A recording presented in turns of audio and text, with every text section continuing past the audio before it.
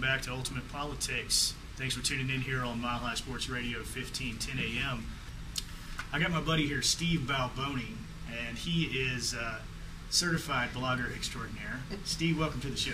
Good to be here, Wade. How you doing? Between Bob Schafer and Mark Udall, we have a pretty clear choice about which way we're going to go in this Senate race. Well, we really do. I mean, you have Mark Udall, who personally is an outdoorsman. Was very involved in the Outward Bound program, and I believe he still does a fair amount of mountaineering and things like that.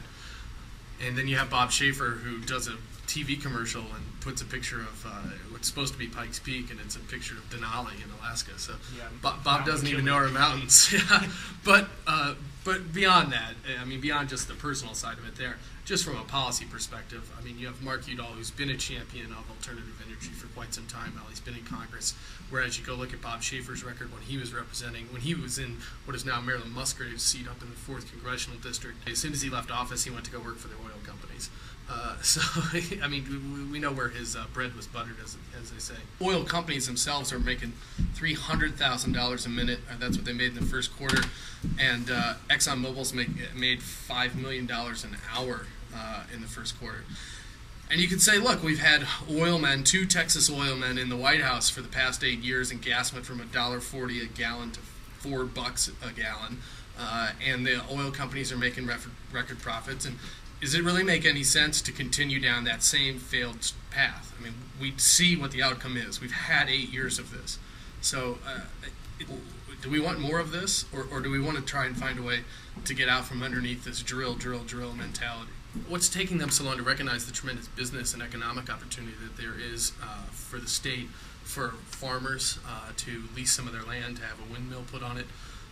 That's income for rural Coloradans. There's all sorts of other business models and business opportunities out there if people start getting serious about this and getting invested in it.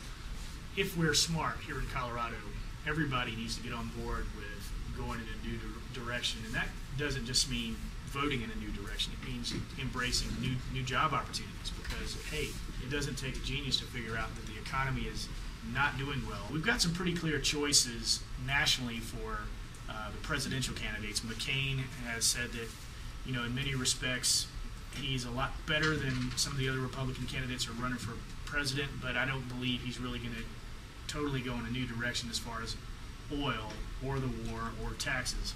But locally, yeah. I think if you want to see what direction the industry thinks he's going to go, in the month of June, John McCain received $1.1 million in donations from oil industry executives and employees. And when you look at that even closer, John McCain came out for drilling on the coastal shelves on June 16th. Of that 1.1 million, some 800,000 of it was raised after that speech on June 16th. So the industry has spoken via their wallets. They don't think he's going to go in any sort of new direction. He's backed away from cap and trade, which he had supported in the past, and is really just same old when it comes to energy production. What's your website?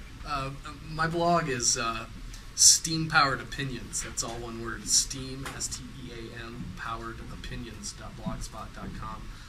Brief note of mention that I'm originally from Missouri, originally from St. Louis. Steam Powered Aeroplane is an album, a kind of quintessential bluegrass album from the 1970s by St. Louisan former steamboat pilot John Hartford. Think of John Hartford as sort of Mark Twain with a banjo. So it's an homage to my fellow St. Louisan and a musical genius. So steampoweredopinions.blogspot.com. Thank you, Wade. So this has been Wade Norris with my buddy Steve Balboni. Steve, thanks for coming on the show. Thank you, Wade.